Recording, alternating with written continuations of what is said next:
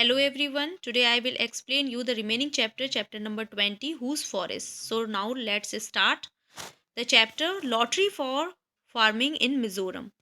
मिज़ोरम में फार्मिंग जो है वो एक लॉटरी सिस्टम से होती है और यहाँ पर हम उसी को डिस्कस करेंगे. Okay. You read about the forest of Jharkhand in Suryamani story. Suryamani की स्टोरी में हम झारखंड के फॉरेस्ट के बारे में पढ़ चुके हैं. Now read about forest all the sorry on the hills of Mizoram. और अब हम मिजोरम के हिल्स पर जो फॉरेस्ट हैं उनके बारे में पढ़ेंगे, उनके बारे में जानेंगे. See how people live there. और देखिए यहाँ पर किस तरीके से लोग रहते हैं. And how farming is done. और वहाँ पर किस तरीके से फार्मिंग की जाती है. Ding ding ding. As soon as the school bell rang, लॉम्टे आ डिंगी डिंगिमा picked their bags and hurried home. जैसे ही स्कूल की बेल बजती है डिंग डिंग डिंग, वैसे ही लॉम्टे आ एंड डिंगी एंड डिंगीमा जो हैं वो अपने अपने बैग्स को जल्दी से उठाती हैं और घर की तरफ जल्दी से चलने लगती हैं.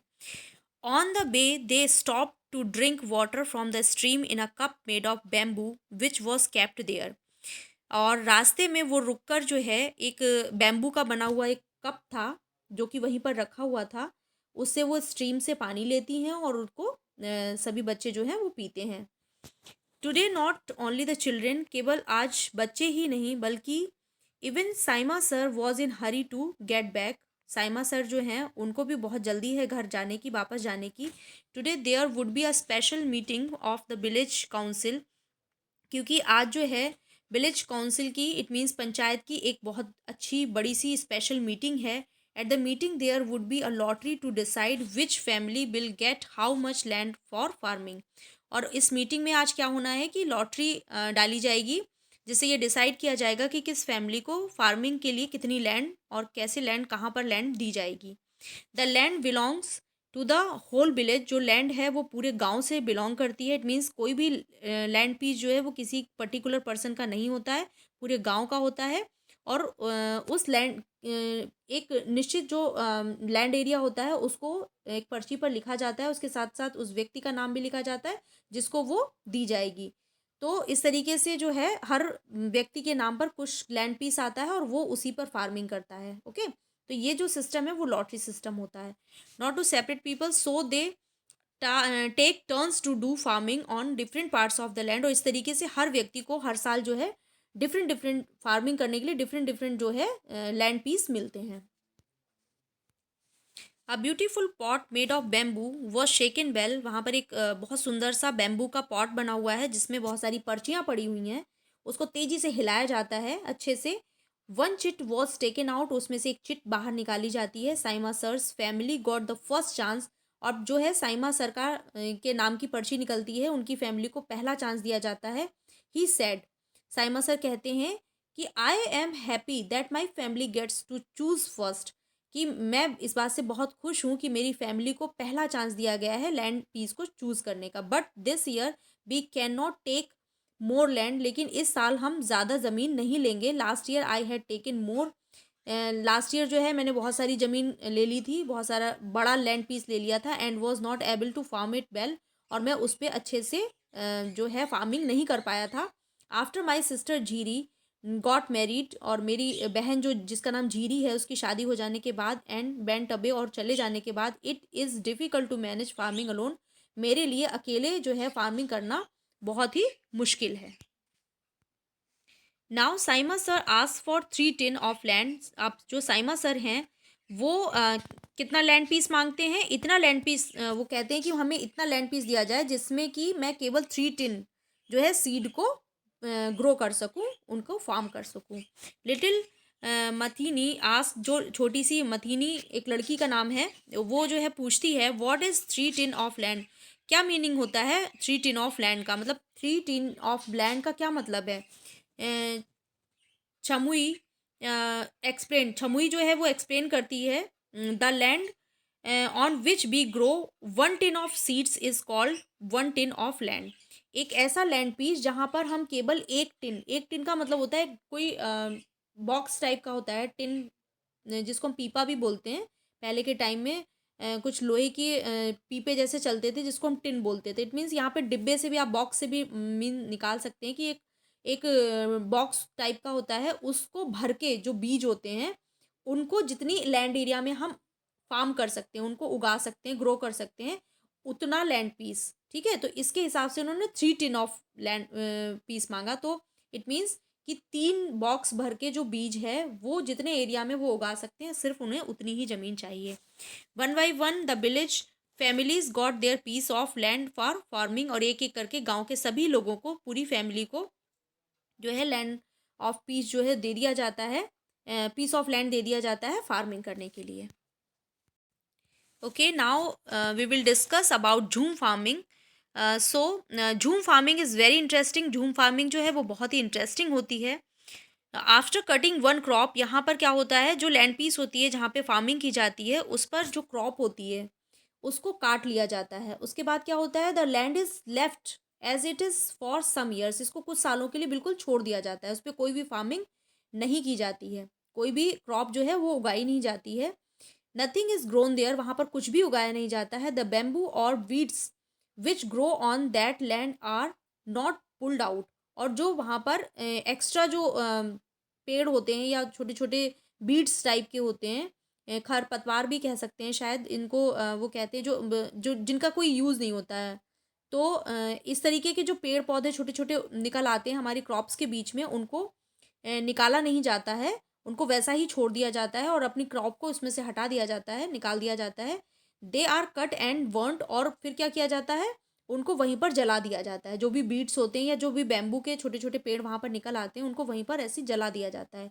The ash makes the land fertile, और जो भी जलने के बाद जो राख हो जाती है, ऐश मीन्स होता है राख, जो राख हो जाती है वो जमीन पर कई सालों तक जब पड़ी रहती है तो वो उसको फर्टाइल कर देती है, उसको और उपजाऊ बना देती है। While burning care is taken so that the fire does not spread to the other parts of the forest।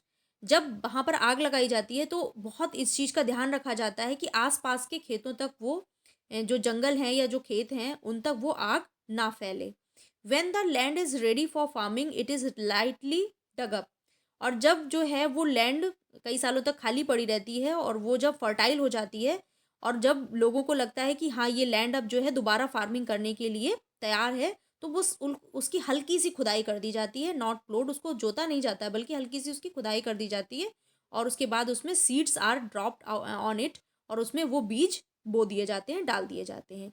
In one farm different types of crops like maize, vegetables, chillies, rice can be grown. एक ही farm में बहुत सारे crops को उगाया जा सकता है, वहाँ पर उगाया जाता है। लाइक मेज जैसे कि भुट्टे की खेती की जाती है, कुछ लोग वेजिटेबल्स की खेती करते हैं, कुछ लोग चिलीज़ की, कुछ लोग राइस की। इस तरीके से एक ही फार्म पर कई सारी चीज़ों को उगाया जाता है। Weeds and other unwanted plants are also not pulled out, और जब उनके बीच में जो है बीट्स जो निकल आते हैं, जो अनवांटेड प्लांट्स होते हैं जिनकी हमें कोई नीड नहीं होती है, उनको नहीं उखाड़ा जाता है। दे आर जस्ट कट, उनको केवल कट कर दिया जाता है, so that they get mixed with the soil, जिससे कि क्या हो, वो जो बीट्स होते हैं, जो अनवांटेड प्लांट्स होते हैं, वो सबके सब कट के नीचे गिर जाए और वो सॉइल में मिक्स हो जाए, जिससे कि हमारी सॉइल जो है वो और फर्टिलाइज हो जाए। This also helps in making the soil fertile, और ये सॉइल को और ज़्यादा फर्टाइल करने में हेल्प करती है। If some family is not able to do farming on time, यदि कुछ फैमिली ऐसी होती हैं जो कि टाइम पर फार्मिंग नहीं कर पाती हैं, other help them and are given food, तो जो अन्य लोग होते हैं, गांव के और जो लोग होते हैं, वो उनकी खेती करने में उनकी हेल्प करते हैं, और अगर उनकी क्रॉप पक नहीं पाती है टाइम पर और वो उनकी कटिंग नहीं कर पाते हैं, तो अगर उनको थोड़ी सी स्कैरसिटी होती है फूड की, तो जो गांव के अन्य लोग होते हैं वो उन्हें अनाज भी अवेलेबल कराते हैं। The main crop here is rice. After it is cut, it is difficult to take it home. यहाँ की जो मेन क्रॉप है वो राइस है, चावल है, और इसको काटने के बाद इसको घर तक ले जाना बहुत ही मुश्किल होता है। देयर आर नो रोड्स, क्योंकि वहाँ पर कोई भी रोड्स नहीं है, कोई भी प्लेन रोड नहीं है, बल्कि कैसा एरिया है, ओनली हिली पाथ्स, केवल पहाड़ी एरिया है, पहाड़ी रास्ते हैं। People have to carry the crop on their backs, जो क्रॉप होती है, जो भी वो फसल उगाते हैं उसको वो अपने बैक पर रखकर, अपनी पीठ पर रखकर ले जाते हैं, और एरिया कैसा, पाथ कैसा होता है, हिली होता है, तो इस वजह से बहुत प्रॉब्लम होती है। दिस टेक्स मैनी वीक्स, और ये जो क्रॉप है वो अपने खेत से अपने घर तक ले जाने में उनको जो है बहुत टाइम लग जाता है, मैनी वीक्स लग जाते हैं, कई सप्ताह लग जाते हैं। When the work is over the entire village celebrate, और जब ये काम पूरा हो जाता है तो उसके बाद पूरा गांव जो है वो एक साथ मिलकर सेलिब्रेट करता है। People get together to cook and eat, sing and dance. जो लोग हैं वो गेट टुगेदर करते हैं, छोटा सा एक छोटी पार्टी टाइप की होती है उनकी, और वो सब एक साथ मिलकर खाना पकाते हैं और उसको खाते हैं, इसके साथ साथ सिंगिंग करते हैं, डांसिंग भी करते हैं। They do their special Cheraw dance, और वे अपना एक स्पेशल डांस करते हैं जिसको चिराव डांस के नाम से जाना जाता है। In this dance people sit in pairs in front of each other. इस डांस में जो लोग हैं वो सब पेयर बनाकर एक दूसरे के सामने बैठते हैं, holding bamboo sticks on the ground, और वो सब जमीन पर जो है बैम्बू स्टिक को पकड़कर एक दूसरे के सामने बैठ जाते हैं। एज द ड्रम बीट्स, जैसे जैसे ड्रम बजता है उसकी बीट पर वो डांस करते हैं। The bamboo are beaten to the ground, drum की बीट पर वो जो है सभी लोग जो पेयर्स में बैठते हैं एक दूसरे के सामने, वो ग्राउंड पर बैम्बूज को बीट करते हैं, तेजी से बजाते हैं, बैम्बू को मारते हैं ज़मीन पर। And dancers step in and out of the bamboo sticks, और बैम्बू स्टिक जो होती है वो ज़मीन पर रखते हैं और उसके अंदर बाहर जाकर वो आगे पीछे करके डांस करते हैं, और जो है and dance to the beat, और बीट पर डांस करते हैं। About 3/4 people in Mizoram are link to the forest, लगभग 3/4 पीपल जो हैं मिज़ोरम के वो इसी फॉरेस्ट से लिंक करते हैं। Life is difficult but almost all children go to school, इनकी लाइफ जो है वो बहुत डिफ़िकल्ट होती है, बट फिर भी जो है लगभग सभी बच्चे स्कूल जाते हैं। You can see some of them here playfully blowing their leaf whistle, कुछ बच्चों को आप इस पिक्चर में देख सकते हैं कि किस तरीके से वो पत्तियों से विसल बजा रहे हैं।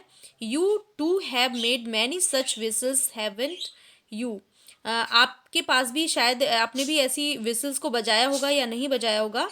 यहाँ पर जो है हमारा चैप्टर कंप्लीट हो जाता है। आई थिंक आपने इस चैप्टर को एंजॉय किया होगा।